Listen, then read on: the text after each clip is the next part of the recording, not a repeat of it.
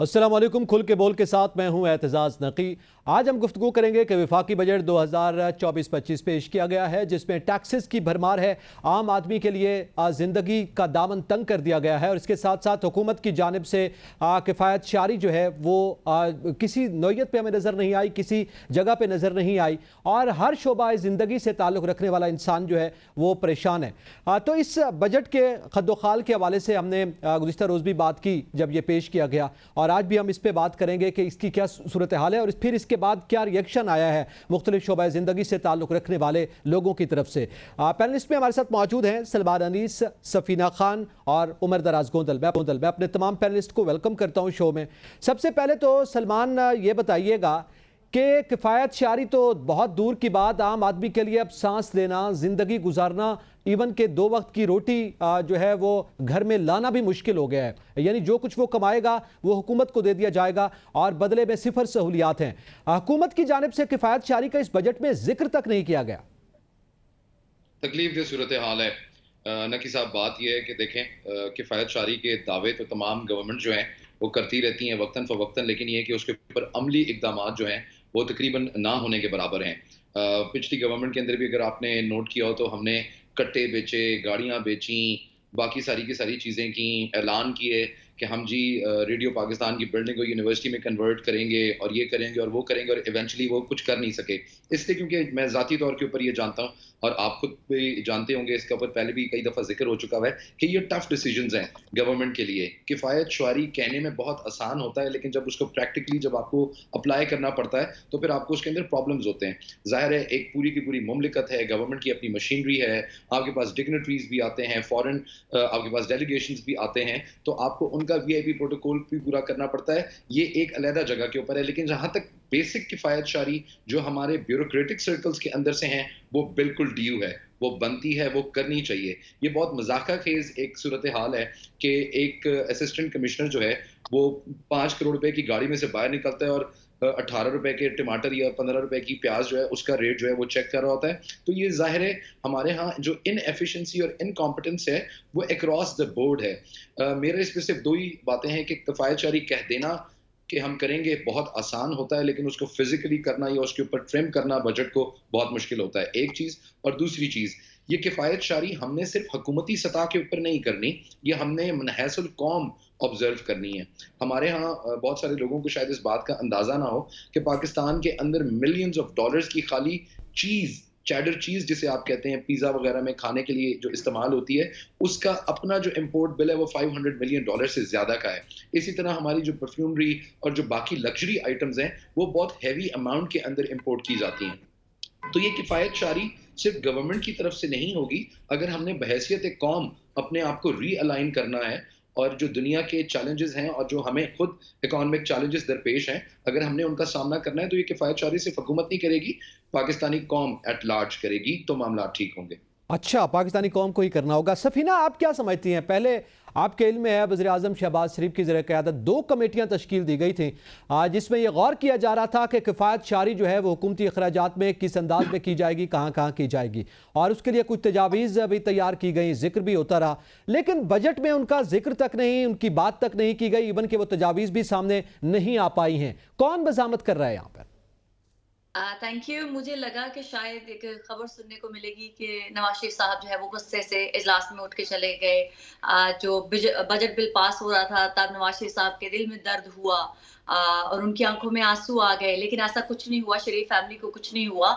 मैं ये थोड़ा सा कहना चाहती हूँ कि बजट हर हुकूमत के लिए मुश्किल होता है, चाहे वो दुनिया की कोई भी हुकूमत हो, लेकिन स्पेशल पाकिस्तान इज डिफरेंट। हमारा मामला थोड़ा मुख्तलिफ है। हमारी हुकूमतें ही इसलिए आ रही हैं कि फ़लाह हुकूमत नाअहल है, फ़लाह हुकूमत इस काबिल नहीं है कि वो मुल्क को चला सके। ये हुकूमत स्पेशली पूरी, मैं कहती हूँ, कौमी हुकूमत का मंबा है। ये आई ही इसीलिए थी कि हम वो मिरेकल कर सकते हैं जो दूसरा नहीं कर सकता। तो वो मिरेकल का मुझे इंतजार था, वो ये मौजज़ा नहीं कर सके, बुरी तरह से नाकाम हुए। सलमान ने एक चीज़ कही कि जी पूरी दुनिया से जब डेलीगेशन आते हैं उनके प्रोटोकॉल का ख्याल रखना होता है। बिल्कुल रखना होता है, बहुत इंपॉर्टेंट होता है, क्योंकि उनकी सेफ्टी, उनकी सिक्योरिटी बहुत इंपॉर्टेंट होती है। लेकिन ये पाकिस्तान में तो सारे अमीर हैं, ये जो हुक्मरान हैं ये तो अरबपति हैं, ये तो पाकिस्तान बनने से पहले ही बहुत नवाब थे। तो क्या ये नवाब 5 साल दोबारा से अपने ही खर्चे के ऊपर जो है वो रह नहीं सकते। ना करें जो टैक्स पेयर्स के पैसों से अयाशी। आप लोग कह रहे हैं कि अवाम जो है वो ये बर्दाश्त करे, वो जो है वो कफायत शायरी पे यकीन करे। अवाम का पैसा है, आपका काम है उनसे टैक्स लेना, आप उनसे टैक्स लें। टैक्स लेने के बाद वो पैसा चीज पे लगाए, हीरो पे लगाए, वो उनकी कॉल है। हुकूमत का क्या काम है?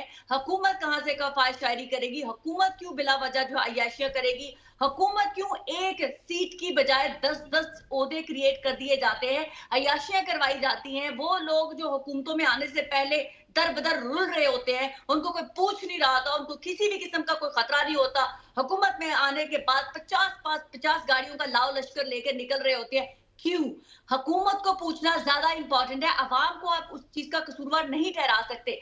अवाम से आपने टैक्स लेना लेने, किसने आपको मना किया? जब आप अपनी रिस्पॉन्सिबिलिटी पूरी करने में फेल होंगे तो आप अवाम को उसका जिम्मेदार नहीं ठहरा सकते। ये काम हुकूमत का है। ब्यूरोक्रेसी क्या कर रही है? ये वजीर आजम का काम है उनको टिट फॉर टाइट करना। ये वज़राए आला का काम है कि उनके सूबे के अंदर क्या चीजें जो है वो सही तरह से काम नहीं करी।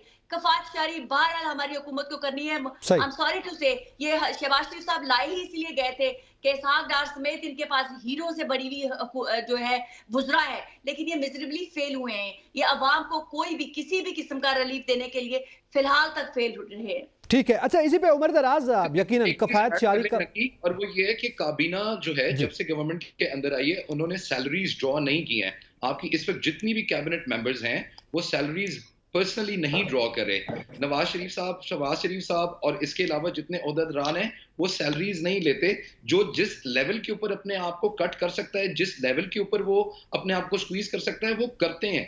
मैंने इस वजह से जिक्र किया था कि देखें जिसने जो एफर्ट करनी है वो कर रहे हैं, तो थोड़ा सा बर्डन जाहिर है कौम के ऊपर भी आएगा। चलें, बर्डन जो है वो कौम के ऊपर थोड़ा सा आया है तो वो होना चाहिए। उमर दराज आप बताइएगा, एक तो कौम पे जो है बर्डन है जाहिर है एट लार्ज, जैसे सलमान साहब कह रहे हैं कौम को ही किफ़ायत शारी का लफ्ज़ मेरे ख्याल में अब कौम के लिए नहीं है। इस बजट के बाद तो किफ़ायत शारी से कोई आगे का लफ्ज़ होना चाहिए कि आपसे किस तरह से छीना जा रहा है, लेकिन बहरहाल कौम को ही आखिरकार ये बर्डन उठाना है और फिर सैलरीज ड्रा नहीं हो रही। अब ये उनका जो है वो मेहरबानी है, कुछ हुकूमती वज़रा जो है वो सैलरी ड्रा नहीं कर रहे, उससे जो है बजट को बड़ा फ़ायदा हो रहा है।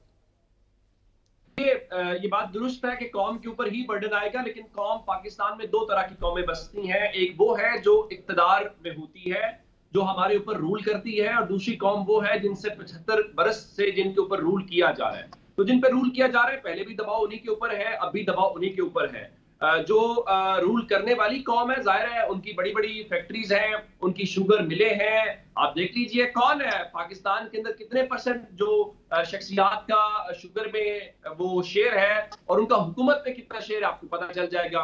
इसी तरह से दीगर भी तमाम तर जो बिजनेसेस है वो जाहिर है इसी कौम के हैं जो हमारे ऊपर रूल करती हैं। किफायत शारी क्या पाकिस्तान के अंदर होती है? किफायत शारी यही होती है कि आप आते हैं, कॉस्मेटिक किस्म के स्टेप्स करते हैं, मीडिया में हाइप क्रिएट की जाती है कि इधर से कट डाउन कर रहे हैं, उधर से कट डाउन कर रहे हैं। कोई कह रहा है देखिए सैलरीज नहीं दे रहे। भाई आप सैलरीज लें, खुदा के वास्ते लें, वही लें जो लिखी गई है। यहाँ पे क्या किफायत शारी करेंगे? आप छोड़े वजीरों को, आप छोड़े वजीर आजम को, आप यकीन माने यहाँ 19वें जो 20वें ग्रेड का अफसर होता है ना, अगर आप उससे देखें कि उसको अगर एक गाड़ी कानून के मुताबिक मिलनी है तो उसके पास कितनी गाड़ियां हैं, तो कानून उसको कितना फ्यूल कहता है, वो कितना फ्यूल यूज करता है। ये सारी बातें हैं, यहाँ आवे का आवा ही बिगड़ा हुआ है। मैं सिर्फ एक मिसाल देना चाहता हूँ, आप मेहरबानी करके इस कौम के ऊपर एक एहसान करें। आपने ये जो मार्केटों के अंदर, सड़कों के ऊपर, हर जगह के ऊपर सरकारी गाड़ियां नीली बत्ती वाली, इशारे वाली, काले शीशों वाली, खुदा के वास्ते इसको सिर्फ बंद कर दें। आप जो सरकारी ऑफिसर आता है उसको कहें भाई ये गाड़ी आपकी है, सारी उम्र आपकी 20 साल सर्विस है, 25 साल है, 18 साल है, जितने साल भी है, आपके पैसे कटते रहेंगे। आप देखेंगे कि इन गाड़ियों का इस्तेमाल कितना कम हो जाता है। आप देखेंगे कि कैसे मौसूफ अंदर चले जाते हैं या मौसूफ की बेगम साहिबा या बच्चे मार्केट में जाते हैं, गाड़ी का एसी स्टार्ट रहता है। ये छोटी छोटी चीजें हैं, इस किस्म के बहुत सारे काम हो सकते हैं। आप यकीन मानिए हम करना ही नहीं चाहते, हमारी तरजीह नहीं है, सिस्टम की तरजीह नहीं है। इसमें इस मुल्क के अंदर मेरे समय हर कोई जितनी जिसकी हैसियत है, जितना वो पंजाबी में जिरा जिन्ना हथ पहनता है, उसके अकॉर्डिंगली अपना हिस्सा वसूल कर रहा है। बाकी इस मुल्क की हिम्मत है, इस मुल्क के वसाइल की हिम्मत है कि वो अभी तक जो है वो सर्वाइव कर रहे हैं। अच्छा, इसी पे सलमान, जाहिर है कि किफायत शारी के नाम पे हमें लॉलीपॉप ही मिलता है, ये अपने तनख्वाहों का जिक्र किया है और ये बड़ी आम बात है कि खुदा का वास्ता अपनी तनख्वाहें जो है ना वो आप ले लें, लेकिन दीगर मराहत पे अगर आप तवज्जो कर लें, अगर उनको कट कर लें तो वो तनख्वाहों से ज़्यादा मेरे ख्याल में बचत हो सकती है, और ये अल्टीमेटली आवाम ही का पैसा है। आप क्या समझते हैं कि अब इस टैक्सेस की इस भरमार में जहां कारोबारी तबका परेशान है, सैलरीड पर्सन जो है वो परेशान है, नॉन सैलरीड पर्सन परेशान है, किसान इस सूरत हाल में परेशान है, और फिर जितना टैक्स जो पहले दे रहा है उसी पे ही बोझ डाला गया, टैक्स बेस को वसी नहीं किया गया, हालांकि बजट में तकरीर के दौरान भी दावा यही किया गया। ये देखें ना, अब आपने बिल्कुल बहुत अच्छा सवाल किया है और मैं यही पॉइंट आउट करना चाह रहा था कि आप जो ये इतनी देर से लगे हुए ना कि हाय बेचारी आवाम पे टैक्स पड़ गया, हाय बेचारी आवाम लुट गई पिट गई, हाय बेचारी आवाम अब टैक्स कहां से देगी। और मेरा प्यारा भाई, जरा स्टैटिस्टिक्स जरा सुन लें। आपकी आबादी इस वक्त 22 से 25 करोड़ के करीब की है। 16 लाख बंदा डॉक्यूमेंटेड है जो टैक्स पे करता है।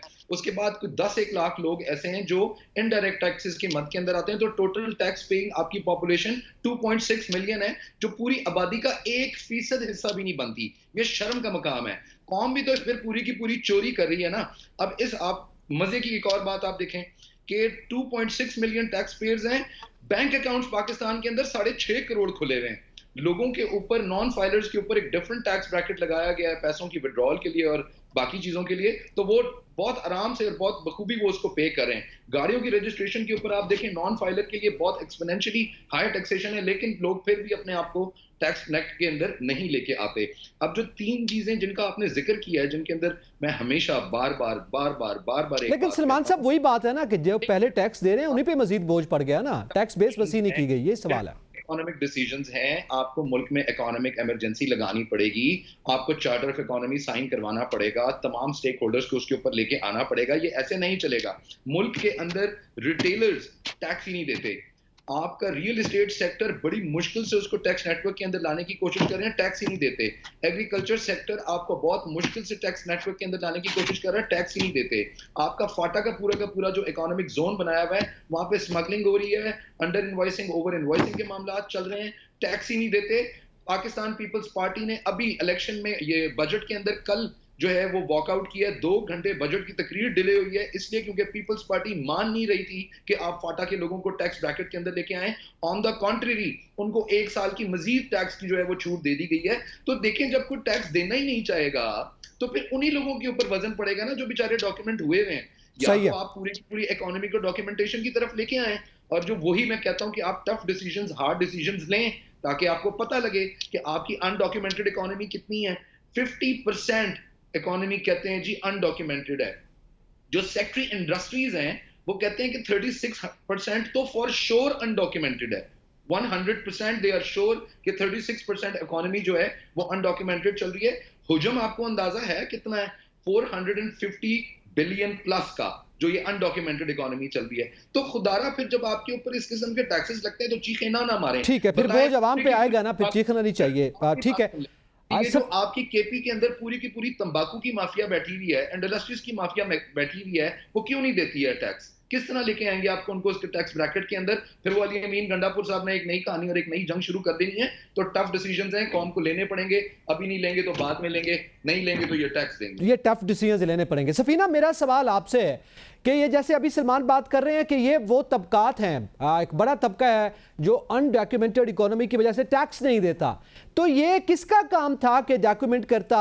और ये गवर्नेंस का क्या आप नहीं समझती कि वीकनेस है कि उसकी वजह से ही ये टैक्सेस जो है वो तबका नहीं दे रहा, उनको छूट मिल रही है? और उसमें जिसको माफिया का जिक्र किया जा रहा है उसमें बड़ा तबका वो है जो मुख्तलिफ जमातों में मौजूद भी है, उनके साथ लिंक्स में भी है, और वो मुख्तलिफ सियासी जमातों के डोनर्स भी हैं। फिर किस तरह से ये मुमकिन हो पाएगा? आखिरकार ये जिम्मेदारी किस पर आयद होती है? जी बिल्कुल, आपने दुरुस्त कहा। मैं तो बारहा ये बात कह चुकी हूँ कि हम पाकिस्तानी बेसिकली चोर कौम है। हम टैक्स नहीं पे करना चाहते, हम अयाशी करना चाहते हैं, हम हर काम का इल्जाम दूसरों पर डालना चाहते हैं। लेकिन चोर का क्या काम होता है? चोरी करना। उसको पकड़ना किसका काम है? कानून का, हुकूमत का, प्राइम मिनिस्टर का। ऐसे कवानीन लाना, चोर को चोर शोर मचाएगा तो आप उसको शोर मचाने देंगे? उसके शोर से डर जाएंगे और कहेंगे सॉरी चोर साहब आप करते रहिए चोरी, हम आपको मजीद 1 साल का टाइम दे देते हैं, कोई बात नहीं, आप भी खुश हम भी खुश। ऐसे तो नहीं होगा।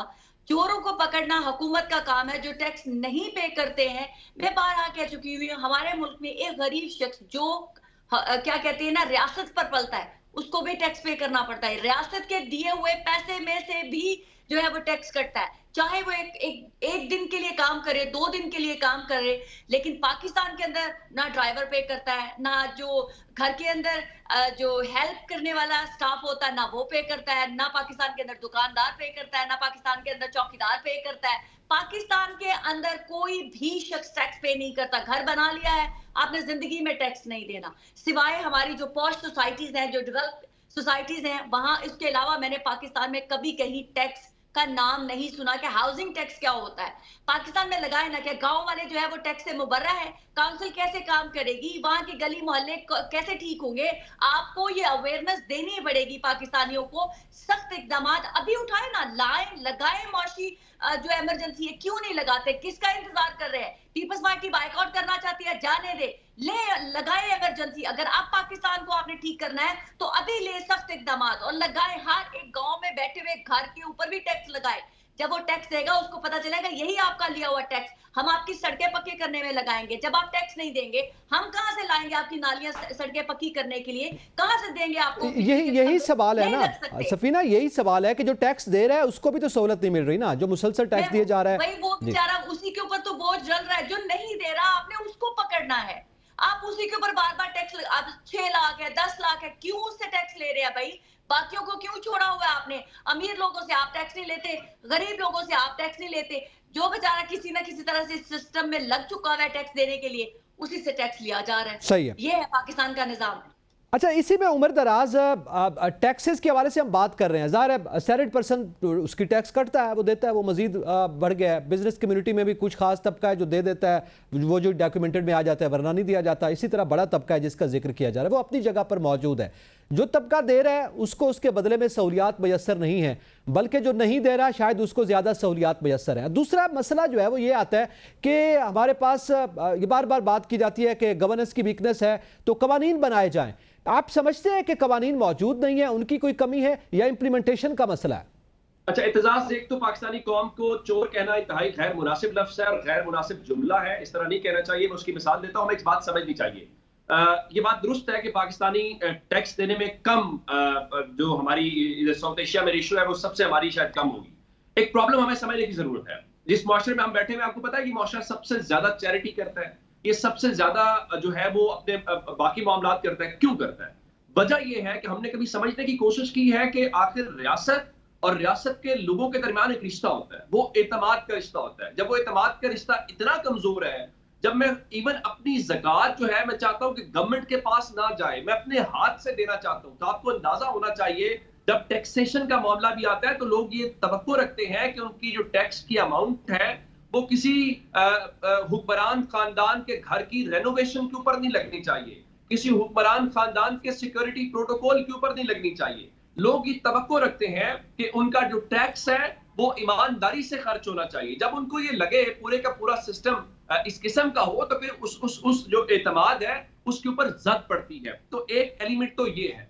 दूसरी बात ये है कि आप जब उन लोगों के लिए जिनकी बड़ी बड़ी फैक्ट्रीज हैं, जिनके बड़े बड़े कारोबार हैं, जिनके बड़े बड़े रहन सहन है, बड़े बड़े घर हैं माशाल्लाह से, जब आप देखते हैं कि उनके लिए तो आसानियां हैं, ये निजाम उनके लिए आसानियां पैदा करता है, तो फिर मुझे ये बताइए कि आम आदमी जो है वो क्यों उस सिस्टम में जाएगा? वो कहेगा ये तो टैक्स दें या ना दें एक ही जैसी बात है। एक और जो पहलू हम समझने की कोशिश करेंगे वो ये है कि हमारा टैक्स का सिस्टम जो है वो इतना कॉम्प्लेक्स सिस्टम है कि आम आदमी उसमें पढ़ना ही नहीं चाहता। वो चाहता है जितना इससे दूर रहेगा उतनी आसानी रहेगी। मिसाल के तौर के ऊपर 30 जून को ये मालियाती साल खत्म हो जाएगा, तो उसके बाद मुझे भी अपने जाती इनकम टैक्स रिटर्न्स फाइल करने हैं, ज़ाहिर आप भी करेंगे, हम सब करेंगे। लेकिन क्या आप बैठ के अपने घर में अपने लैपटॉप के ऊपर ये काम कर सकते हैं? नहीं कर सकते। उसमें इतनी कॉम्प्लेक्स चीजें हैं कि आप उलझते जाएंगे। एट द एंड क्या होगा? किसी वकील साहब से, किसी चार्टर्ड अकाउंटेंट से, जो भी रेलेवेंट टैक्स का माहिर, आप उसकी खिदमत लेंगे। क्या ही अच्छा हो जो आपने इतने नंबर ऑफ टैक्सेस लगाए हुए हैं और आप इस किस्म की उसको जरा आसान करें, आम आदमी के समझने के लिए उसको समझ आए, वो खुद बैठ के इतना आसान हो, और फिर उनको आप कुछ ना कुछ इंसेंटिव्स दीजिए कि आप इस सिस्टम में आए, ना कि ये लगे कि इस सिस्टम में आके तो मैं फंस जाऊंगा, मेरे ऊपर मजीद बोझ पड़ जाएगा। ये वो सारी बातें हैं। और फिर एक और बात है, ये सारे का सारा सिस्टम जो टैक्स नेट में मौजूद लोग हैं उनको निचोड़ता है, इसमें कोई शक वाली बात नहीं है। लेकिन जहां टैक्स ना चाहिए वहां टैक्स नहीं लेता। मैं आपको एक मिसाल देता हूं। आप किसी लाहौर की, इस्लामाबाद की, कराची की, किसी बड़े शहर की किसी पोश सोसाइटी में चले जाइए, क्या आप उस घर के कितना उसका रकबा है, कितने उसके पोर्शंस हैं, कैसी गाड़ियां हैं, उनके बच्चे कहाँ पे पढ़ते हैं, ये कोई साइंस नहीं है। ये आप करना चाहें बड़ा आसान है। उन्होंने कहाँ पे ट्रैवल किया है, उनके बाकी क्या रहन सहन है, ये करना बड़ा आसान है। लेकिन बुनियादी बात ये है कि इस सिस्टम के अंदर जो चोर दरवाजे हैं वो खुद सिस्टम बताता है, जब तक आप बंद नहीं करेंगे, आप जितना मर्जी शोर मचाते रहे और आप ट्रांसपेरेंसी नहीं लेके आएंगे तो ये बात नहीं बनेगी। ये नहीं बनेगी। बिल्कुल सही है सलमान, यही बड़ा अहम मामला चीज ऐड कर जी जी सफीना। मैं ये कहना चाह रही हूँ कि मैं चोर को चोर ही कहूंगी। आप कह रहे हैं कि पाकिस्तान की आवाम का सिस्टम पर जो है वो भरोसा नहीं है। इमरान खान साहब इस सबसे दुनिया के ईमानदार तरीन शख्सियत आए थे, कितना टैक्स इकट्ठा कर लिया था, कितने टैक्स लोग जो है पाकिस्तान की आवाम जो है वो टैक्स नेट में शामिल हो गई थी दौड़ते हुए कि ये ईमानदार तरीन शख्स आ गया, हमने इसको टैक्स देना है। तो ऐसा नहीं होता, चोर चोर ही होता है, उसको आदत पड़ चुकी है। आप कह रहे हैं कि जी पाकिस्तान दुनिया का वाहिद मुल्क है जो चैरिटी देता है, यही तो प्रॉब्लम है मुसलमानों की, चोरी करनी है और जो खैरात करके दिल को सुकून देना है कि हम बख्शे गए। ये गलत तरीकाकार है। आप दें चैरिटी, किसने माना कि टैक्स एक अलग चीज है, चैरिटी एक बिल्कुल एंटायरली डिफरेंट चीज है। तो चैरिटी को, टैक्स को मत गुडमुड किया करें पाकिस्तानी प्लीज। टैक्स लेने वाले नहीं, चैरिटी लेने वाला ही वजीर आजम बना था, कितने उसने खजाने भर लिए थे। सबीना साहब थोड़ा सा कुछ लॉजिकल चीजें हो ना, वहां स्वीपिंग स्टेटमेंट ना दे दिया करें। ये बाकायदा दुनिया की डिबेट है। सुन लेना जरा, सुन ले मैडम, सुन ले जरा मैडम, सुन ले जरा सुनने की मत पैदा करें मैडम, सुन लिया करें। चले उनका पॉइंट ऑफ व्यू सुन लेना। सुना भी करें मैडम प्लीज। कर देते हैं। इमरान खान साहब चैरिटी इकट्ठे करते थे ना, अब आपने वहां बैठ के भाषण दे दिया है। जरा सफीना, अब उमर दराज के जवाब भी सुन लेना। उमर बोलिए, सुन लीजिए जी। अब आप कह रही हैं जी चैरिटी और टैक्स और एक पूरी एकेडेमिया की डिबेट है मैडम, आप इसको स्वीपिंग स्टेटमेंट ना दे दें। एक शख्स कैसे अपनी दौलत में से 2.5% भी दे, टैक्स की एकेडेमिया की डिबेट है जो आपकी डोमेन में बाना जाया करे। स्वीपिंग स्टेटमेंट है वो अच्छे से मुल्क नहीं चलते। चले ठीक है, एकेडेमिया की जो डिबेट आपकी है वो ना किया। बिल्कुल ठीक है। दोनों के पॉइंट ऑफ व्यू आ गए हैं। यकीनी तौर पर जो है वो एक पॉइंट ऑफ व्यू ये है कि चैरिटी देते हैं, यकीनन वो भी देनी चाहिए। दूसरी जानब टैक्स का मामला है, लेकिन सिस्टम खुद अगर टैक्सेस के लिए लूप होल्स छोड़ेगा और सिस्टम खुद वो चोर दरवाजे देगा तो फिर ज़ाहिर है ये मसाइल पैदा होते हैं। अवाम पर जो पहली टैक्स दे रहे हैं उस पर मजीद बोझ डाला जा रहा है, तो उसको उसके बदले में कम से कम जो टैक्स दे रहे हैं उसके बदले में इंसेंटिव्स भी मिलने चाहिए, सहूलियात भी मिलनी चाहिए इंटरनेशनल स्टैंडर्ड्स के मुताबिक। यहाँ पे वक्त एक ब्रेक का साथ रहिएगा।